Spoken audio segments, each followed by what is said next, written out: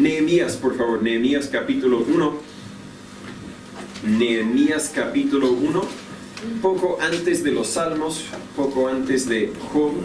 En su Antiguo Testamento van primera y segunda de Reyes, primera y segunda de Samuel, primera y segunda de Samuel, primera y segunda de Reyes, primera y segunda de Crónicas, luego Esdras y Nehemías. De hecho, cuando estaba estudiando el tema, en la tradición hebrea, el libro de Esdras y el libro de Nehemías es un solo libro, el libro de Esdras. No hacen la distinción que nosotros hacemos en nuestra Biblia hoy. Se entiende que quizás Esdras también escribió este libro de Nehemías, simplemente que nuestra Biblia lo divide, porque ahora la historia se enfoca más bien en Nehemías y no tanto en Esdras. Este es el último libro histórico del Antiguo Testamento, escrito unos 450 años antes de la venida de Cristo.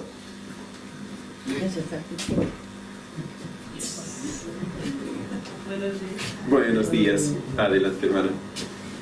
Nehemías capítulo 1. Nehemías es el último libro histórico escrito unos 450 años antes de la venida de Cristo. Entendemos que los 400 años antes de la venida son conocidos como los años silenciosos, así que no es el último libro cronológico del Antiguo Testamento, pero se está acercando ahí. Muchas veces, si leemos la Biblia de Génesis a Apocalipsis, nos da la impresión de que Nehemías quizás vino antes de David, porque viene antes de los Salmos. Bueno, también leímos de David y los reyes en Crónicas y Reyes, así que vino poco después de David quizás, pero no, esto viene mucho después de David. Estamos hablando justo casi al final de lo que la Biblia nos graba para nosotros en el Antiguo Testamento. Nehemías fue contemporáneo de Malaquías, y bueno, al leer Malaquías, conociendo que es el último libro del Antiguo Testamento, ahí sí pensamos que eso es lo último. Bueno, Nehemías vivió durante el mismo tiempo que Malaquías, así que estamos hablando de lo último en la historia que la Biblia nos graba antes de la venida de Jesucristo. Nehemías fue un hombre único, y vamos a ver por medio de nuestro estudio por qué es uno de los personajes más celebrados del Antiguo Testamento.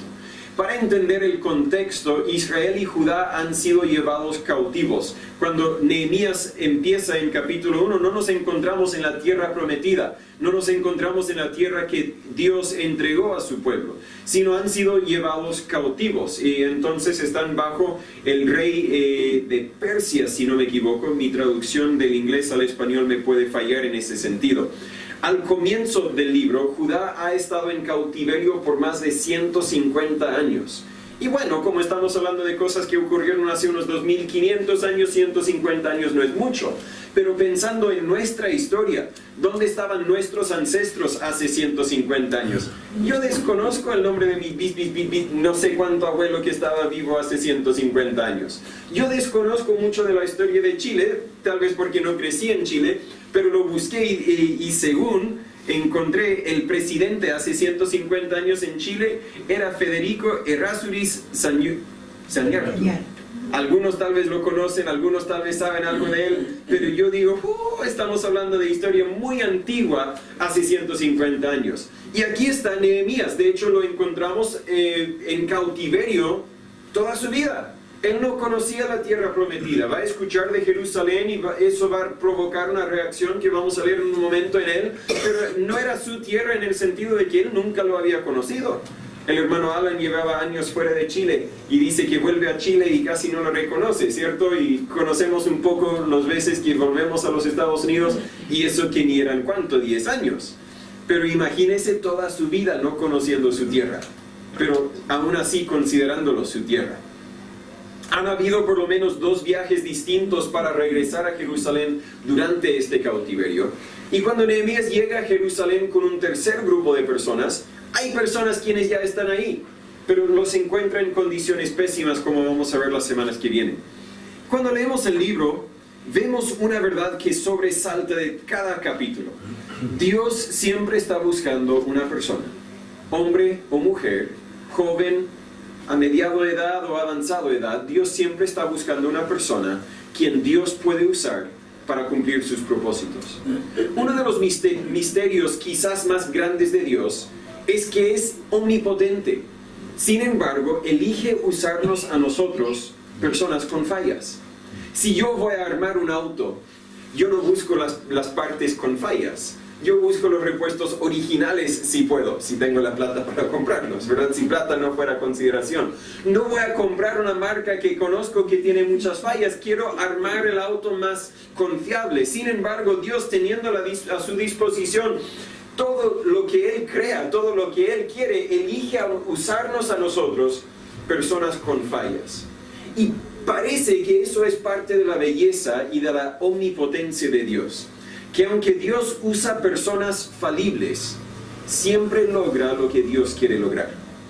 Si eres hombre y mujer, y todos aquí somos hombre o mujer, sepa que Dios usa a los seres humanos para cumplir su voluntad. Por lo tanto, yo puedo decir con certeza absoluta que Dios también quiere usarte a ti, de alguna forma, para cumplir su voluntad. Nehemías capítulo 1, vamos a leer el capítulo entero empezando en versículo 1. La Biblia dice en Nehemías 1:1, palabras de Nehemías, hijo de Acalías.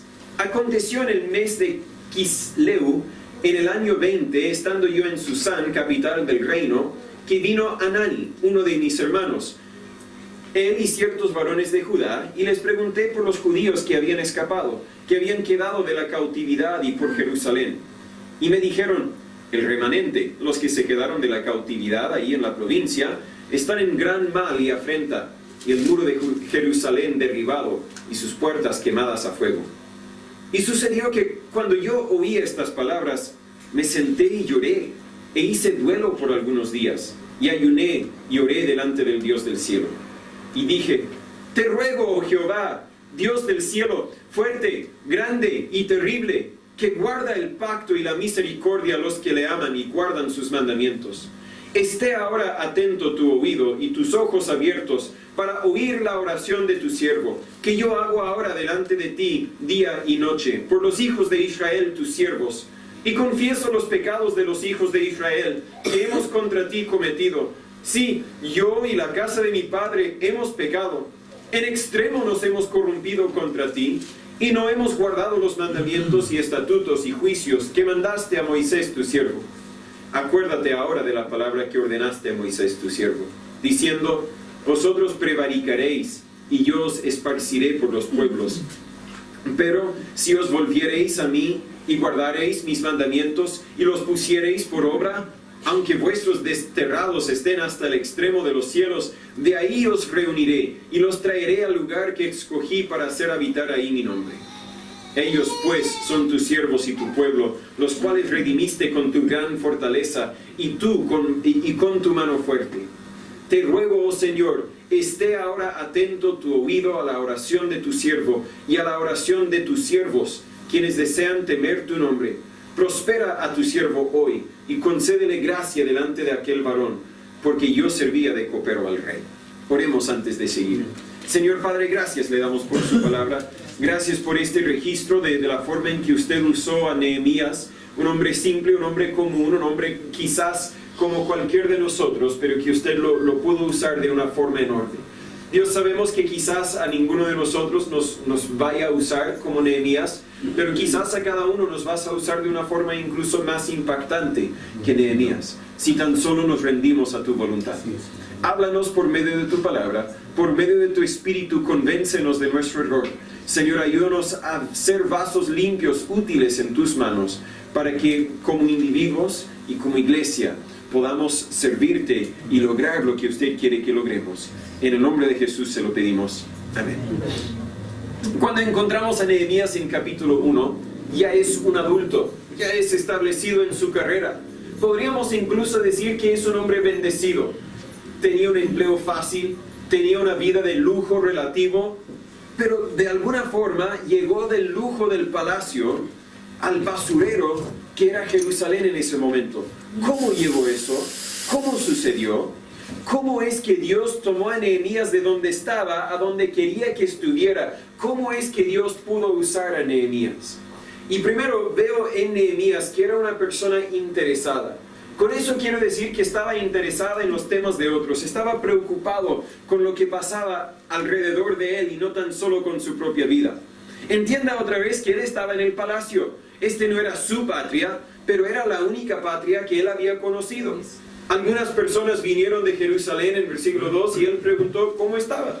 Pero les pregunté por los judíos que habían escapado, que habían quedado de la cautividad y por Jerusalén. Bien podría ser que Nehemías tenía algunos amigos quienes regresaron en uno de los otros viajes a Jerusalén. Bien podría ser que de niño sus padres le decían, mira, tú tienes primos lejanos que todavía están allá en Jerusalén. De alguna forma, él tenía un corazón que quería preocuparse por el estado de lo que pasaba en Jerusalén. Para ser personas interesadas, Nehemías primero tenía que preguntar. En versículo 2, pregunté por los judíos que habían escapado. Esta pregunta y la respuesta que recibió cambiaría su vida totalmente.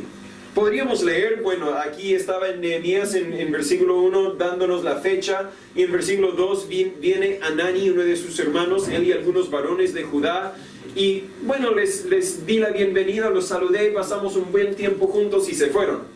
Y ahí se acabaría el libro de Nehemías. Si él no hubiese hecho la pregunta, bueno, sin duda, si Dios realmente quiere usar a Nehemías, Dios iba a volver a darle oportunidades para despertarse a la voluntad de Dios en su vida. Pero si no fuera por el interés de Nehemías en hacer la pregunta, Dios tal vez no lo hubiera usado, por lo menos en ese momento. Él escuchó de los problemas que existían en versículo 3, en Jerusalén. ¿Verdad? Me dijeron, el remanente, los que quedaron de la cautividad ahí en la provincia, están en gran mal y afrenta, no embellecen la situación. Podrían decir, bueno, están sufriendo un poco, pero por lo menos ya están libres, por lo menos ya no están aquí en la tierra que no es nuestra, por lo menos, no, eran puro pesimista, están en gran mal y afrenta, y el muro de Jerusalén está derribado, y sus puertas están quemadas a fuego. Y Nehemías entiende de todo esto, hay muchos problemas. Temo que muchos de nosotros estamos demasiado autocentrados para preguntar acerca del bienestar de otros. Ahora veo que nos preocupamos por traer un vaso de agua y eso es bueno, ¿verdad? ¿Puedo abrir la puerta o está muy encerrada el aire? Por favor. Buena idea, hace calor. Si alguien tiene frío nos avisa, lo cerramos, pero quizás lo dejamos abierto todo el rato. Temo que muchos de nosotros estamos demasiado autocentrados como para preguntar acerca del bienestar de otros. Nuestras vidas están tan cómodas que nunca se nos ocurre que otras personas tal vez no están tan cómodos como nosotros. Claro que preguntamos a los hermanos cómo están, hola, bienvenido, cómo está, gusto verle. Pero realmente creo que preguntamos, en lo personal, preguntamos por hábito, preguntamos por tradición, preguntamos porque eso es lo que se debe hacer. Y esperamos que nos digan que todo está bien y podemos seguir nuestras vidas. Porque si nos dicen que todo está mal o que anda más o menos, hoy entonces tengo que preocuparme, tengo que preguntar un poco más. Y si me cuentan una necesidad con que yo pueda ayudar, entonces luego tengo que incomodarme para ver cómo puedo ayudarlos. No, mejor no, por favor dígame que todo está bien.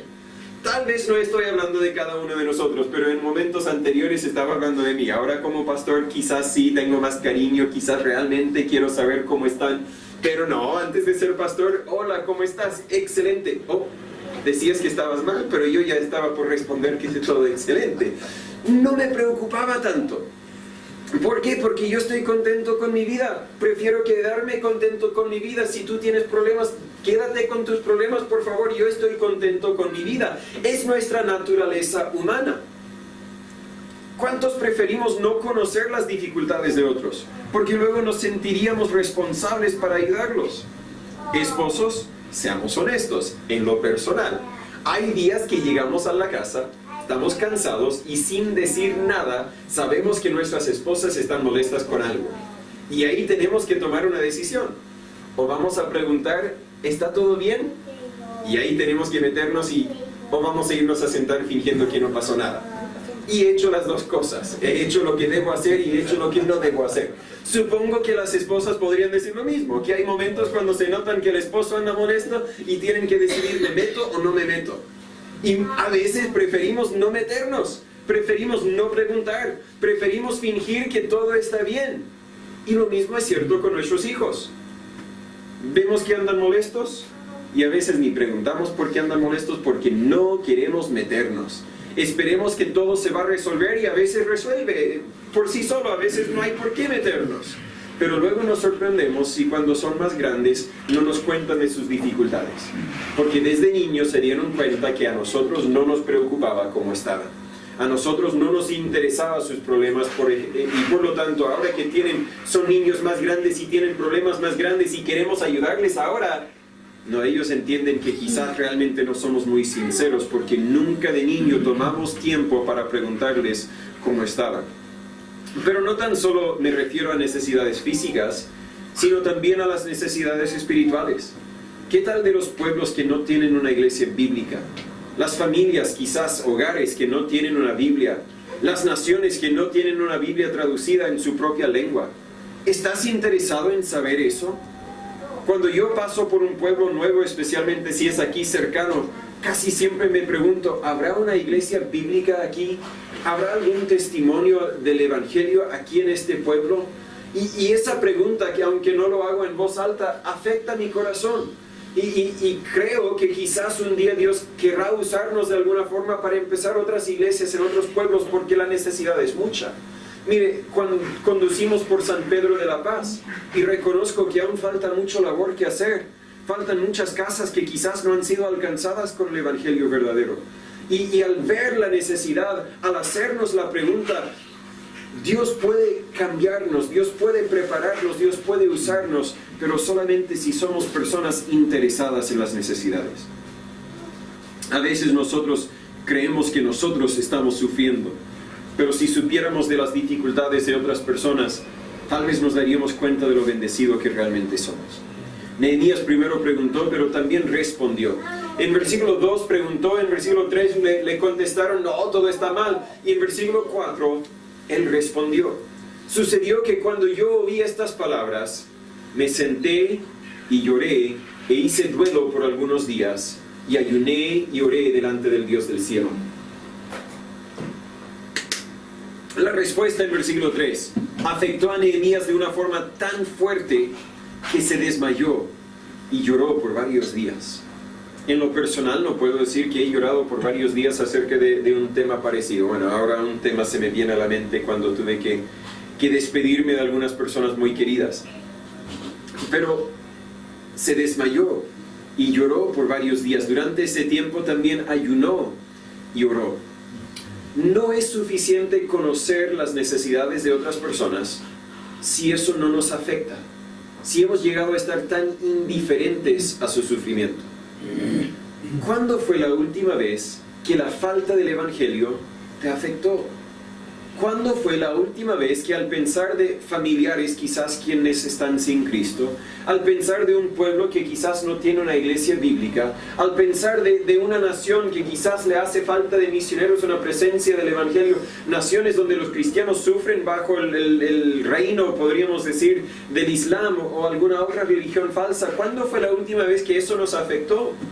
Llegamos a un momento donde como sociedad global decimos, bueno, esas cosas existen, pero por lo menos no existen en mi parte del mundo, así que estamos bien. Pero a Nehemías le afectó el conocer el estado de Jerusalén, y no estaba hablando tan solo del estado físico, aunque el libro de Nehemías quizás se enfoca en reconstruir el muro, también vemos en todo esto el mal estado espiritual de Jerusalén. Tal vez en tu vida Dios te demostró la necesidad porque quiere que tú hagas algo para cumplir la necesidad. Puede suceder que identifiquemos un problema para luego informar a otro para que cumpla con la necesidad, cuando nosotros mismos podemos y deberíamos cumplirla. Yo no puedo dar ejemplos de que alguien me diga, oye pastor, hay mucha basura aquí en el patio. Bueno, ahora me acuerdo que alguien lo dijo ese primer día de trabajo. Algunas hermanas me dijeron, pastor, hay mucha basura. Y luego dijeron, ¿podemos limpiarla? Amén, hermana, gracias, sí, por favor, pueden limpiar la basura. Aún hay más basura, así que hay que hacer otro día de limpieza, ¿verdad? Pero sería horrible si alguien me dijera, oye pastor, hay mucha basura afuera. Es un buen punto. Alguien debería limpiarlo, pastor. Es un buen punto. ¿Y tú? ¿Te pasa una bolsa? ¿Verdad? Puede ser que Dios te ayudó a reconocer la necesidad para que tú hagas algo para cumplir con la necesidad. Y hay bolsas de basura en alguna parte si alguien está convencido después del culto. No, en lo personal creo que siempre va a haber basura hasta que terminemos y ahí le demos una buena limpieza. Pero si a ti te molesta la basura, adelante. Pero hablando de lo espiritual, oye pastor, mi vecino, alguien tiene que llevarle el Evangelio. Amén. ¿Podrías venir y compartirle el Evangelio? Sí, pero ¿qué tal tú me acompañas? ¿Verdad? Vamos juntos. Tal vez Dios te ayudó a ti a reconocer la necesidad porque Dios quiere usarte a ti a cumplir la necesidad. Yo con gozo voy a compartir el Evangelio, pero ahí en ese momento la bendición sería mía. Te estaría robando a ti el gozo de poder compartir el Evangelio con tu vecino. Si Dios te hizo reconocer la necesidad, bien puede ser que Dios quiere usarte a ti para cumplir con esa necesidad. Nehemías descubrió la voluntad de Dios para su vida porque no estaba autoenfocado. Hermanos, la voluntad de Dios para tu vida no está enfocada en tu vida. Esta verdad cambió mi perspectiva de la relación que el ser humano, el Hijo de Dios, tiene con Dios en el cielo. La voluntad de Dios para tu vida no está enfocada en tu vida. La voluntad de Dios para tu vida está enfocada en usarte a ti para cambiar a otras vidas. Por el mismo sentido de que mi voluntad para mi auto no está enfocada en el auto. Yo quiero que el auto ande, yo quiero que el auto ande como debería andar, pero no para el bien del auto, sino para el bien mío y el bien de mi familia. Y Dios también quiere que tú seas lo que tú deberías ser, pero no solamente para el bien tuyo, sino que para que por medio de ti Dios pueda alcanzar a otras personas. Dios quiere cambiarte y transformarte a la imagen de Jesús, eso es cierto. Él quiere que crezcas espiritualmente, que le conozcas a Él por quien realmente es, pero desea todo eso para tu vida, para que tu vida pueda ser usada para cambiar otras vidas. La voluntad de Dios para tu vida no está enfocada en y no termina con tu vida. Por lo tanto, deberíamos interesarnos con las necesidades de otros para conocer la voluntad de Dios para nuestras vidas. Pero Nehemías no tan solo era una persona interesada en las necesidades de otras personas, sino también era una persona quien oraba.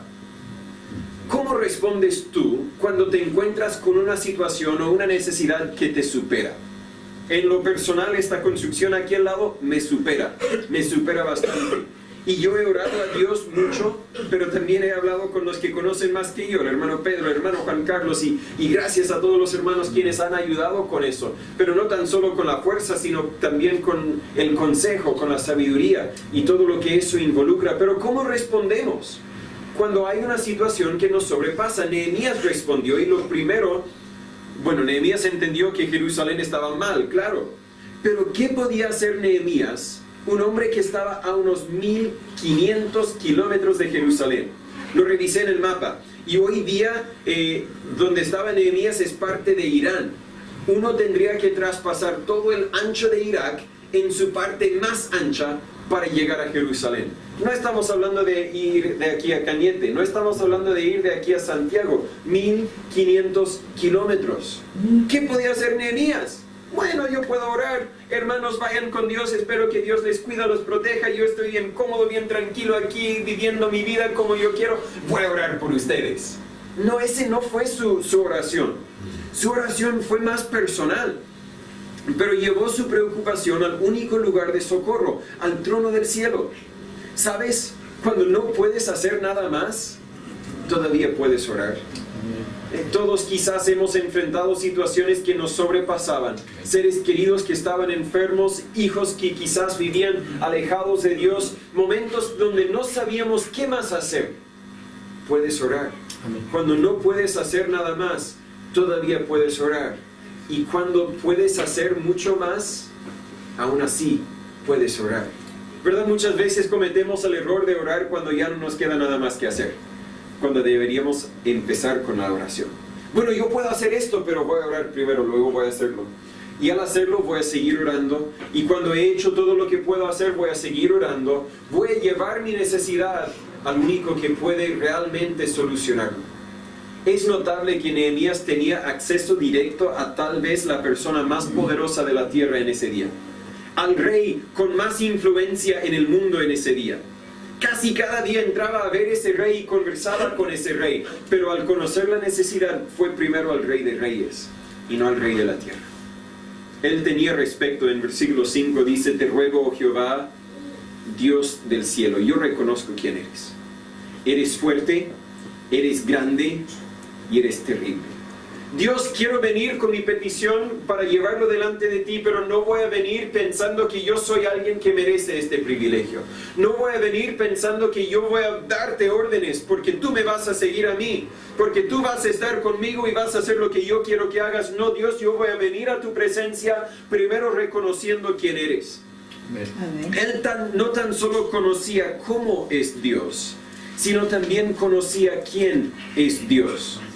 Es probable que algunos de los judíos habían dejado de creer en el poder de Dios. Reconocían que Dios existía, pero pensaban tal vez que Dios ya se había debilitado en el sentido de que no los podía liberar, de que no los podía ayudar en esa circunstancia. Podríamos decir que es probable que muchos de los judíos eran apáticos, pero Nehemías seguía creyendo. Dios fuerte, grande y terrible, que guarda el pacto y la misericordia a los que le aman y guardan sus mandamientos. Cuando cosas terribles suceden en el mundo o en tu vida, eso no quiere decir que la mano de Jehová se ha cortado o debilitado. Dios no ha cambiado simplemente porque hay maldad en el mundo. Dios no ha cambiado simplemente porque estás pasando por una situación difícil.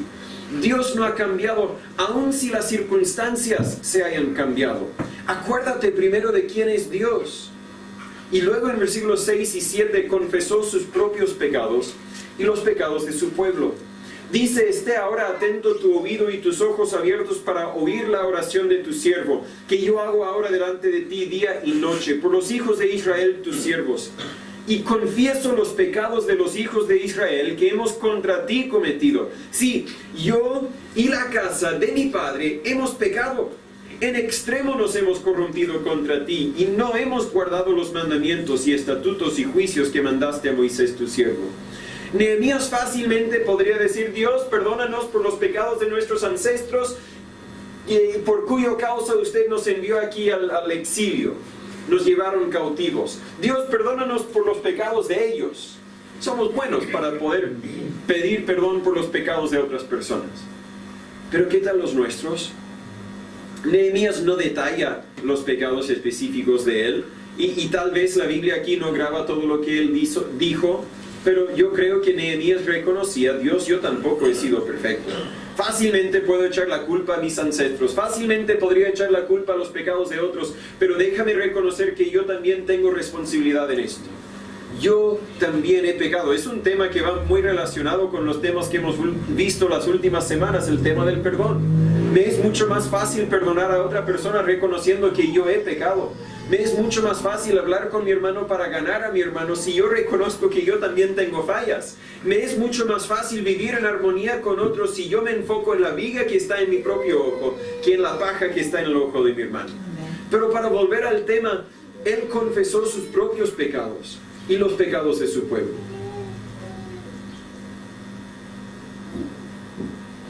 Muchas veces quizás somos buenos para decir: Dios, cambia el corazón de mi esposa o mi esposo porque tenemos este conflicto, cámbiales a ellos para que ella reconozca sus errores. Pero ¿qué tal los tuyos?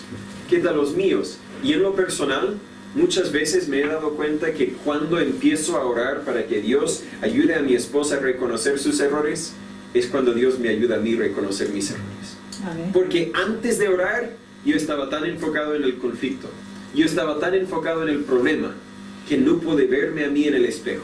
Pero cuando me enfoco en quién es Dios, ahí Dios habla a mi corazón y dice: Natán, pero tú cambia esto y el otro, y yo me encargaré de todo lo demás. Y no quiero decir solamente mi esposa, ¿verdad? Existen otros conflictos con cualquier otra persona.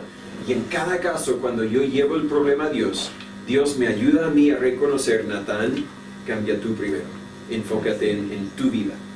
No tan solo confesó los pecados, sino que también se acordó de las promesas de Dios. Dice en versículo 8: acuérdate ahora de la palabra que ordenaste a Moisés tu siervo.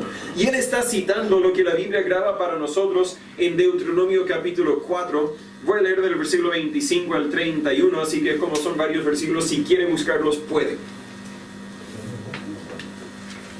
Deuteronomio 4,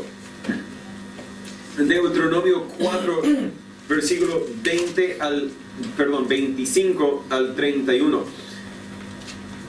En la oración de Nehemías vemos que él era conocedor no tan solo de quién es Dios, sino que también era conocedor de las Escrituras. Y es un punto aparte, pero es un punto muy verdad. No vas a realmente conocer a Dios si no realmente conoces a la palabra de Dios. Alguien dice: bueno, yo conozco quién es Dios. ¿Y cómo lo conoces? Bueno, al pensarlo bien, por lo que me han dicho en la iglesia, por lo que he visto en algunas películas cristianas. No conoces a Dios. Conoce a Dios por medio de su palabra.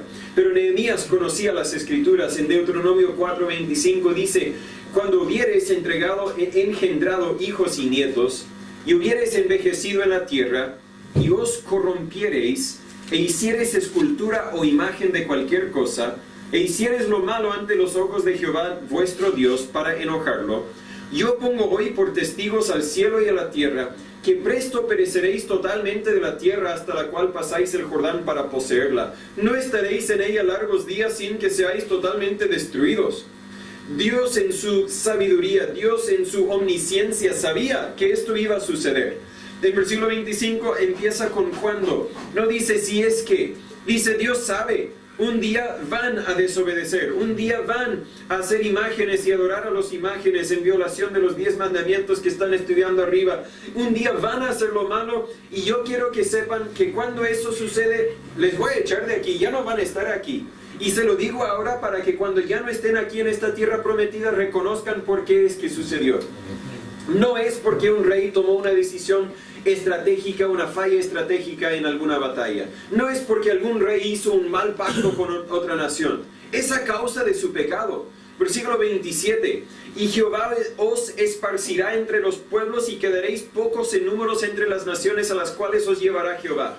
Y serviréis ahí a dioses hechos de manos de hombres de madera y de piedra, que no ven, ni oyen, ni comen, ni huelen. Es decir, van a estar tan llevados en su propia maldad que ni van a reconocer su propia maldad.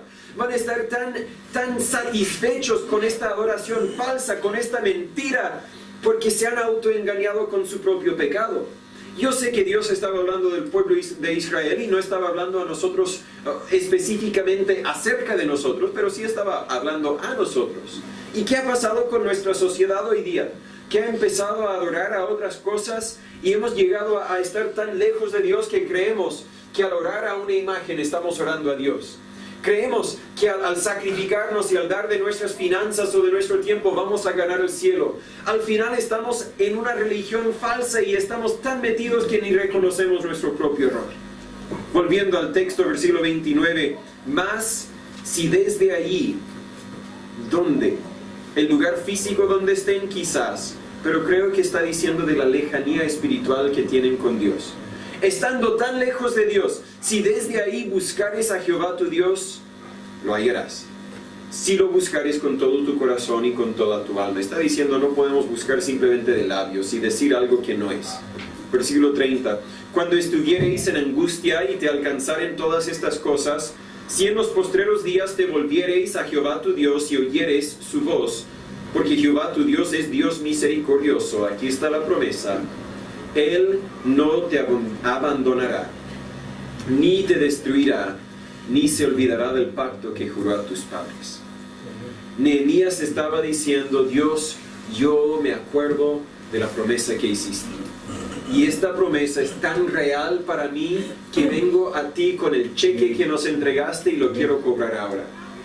Voy a reconocer el error, y si tú me ayudas, vamos a encontrar a otros quienes reconocen nuestro error. Y si Dios, si tuvieras misericordia como prometiste tener misericordia de nosotros, volveremos a hacer lo que usted quiere que seamos. Nehemías conocía, se acordó de las promesas de Dios. Cantamos hace poco todas las promesas de Dios.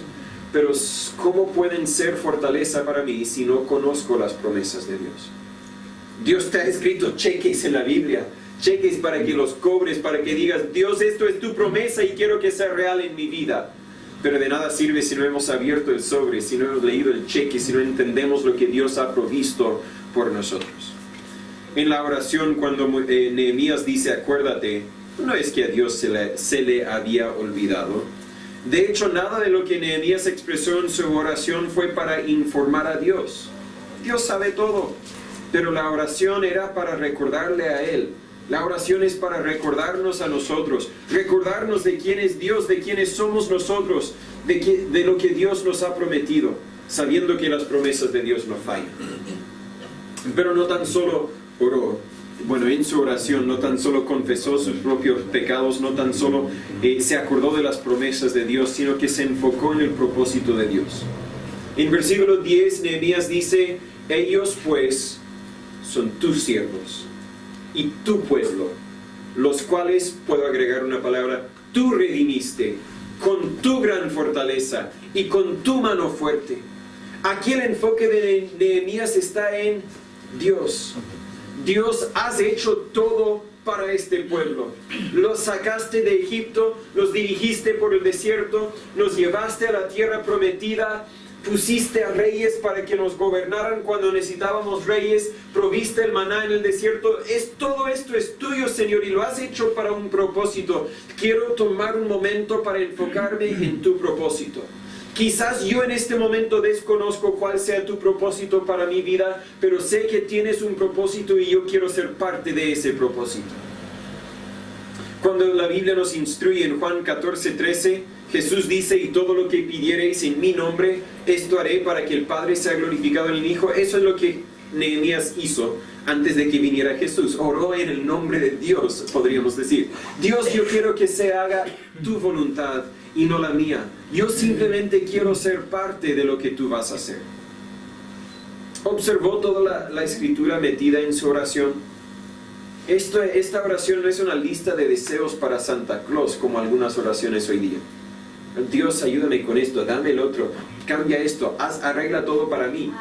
Para mí, para mí, para mí. Nehemías dice: no, Dios, que se haga para ti. Que yo simplemente sea un vaso que tú puedas usar. Es una expresión, su oración es una expresión de sometimiento a la voluntad del Dios Todopoderoso. Y en el versículo 11, rogó para la intervención de Dios. Te ruego, oh Señor, esté ahora atento tu oído a la oración de tu siervo y a la oración de tus siervos. Él reconocía, tal vez él conocía a quienes, o tal vez él imaginaba: hay otros quienes comparten mi deseo. A la oración de tus siervos, quienes desean temer tu nombre. Ahora interviene, Señor, prospera a tu siervo hoy y concédele gracia delante de aquel varón. Creo que está pensando ya con el rey, porque yo servía de copero al rey. Él reconocía su propia incapacidad. Como Jesús dice en Juan 15:5, yo soy la vid, vosotros los pámpanos, el que permanece en mí y yo en él, este lleva mucho fruto, porque sin mí nada podéis hacer. Dios, me has dado esta idea, me has dado esta visión, podríamos decir, que alguien pueda hacer algo para reconstruir los muros de Jerusalén, y yo creo, Señor, que esto es tu voluntad para mí, así que la voy a hacer. Pero no voy a lograr nada si tú no me ayudas. Ni voy a llegar al siguiente paso, ni voy a poder salir del palacio si tú no me ayudas. Sin Dios yo no puedo hacer nada. Y hermanos, sería excelente, sería esencial si nosotros también lo reconociéramos. Estamos trabajando de una forma espiritual como iglesia para alcanzar a nuestros vecinos con el Evangelio, pero jamás vamos a lograr ese objetivo sin la ayuda de Dios. Estamos trabajando de una forma física para edificar un templo aquí al lado, pero jamás vamos a edificar algo que va a aguantar el primer terremoto sin la ayuda de Dios. Necesitamos la intervención de Dios.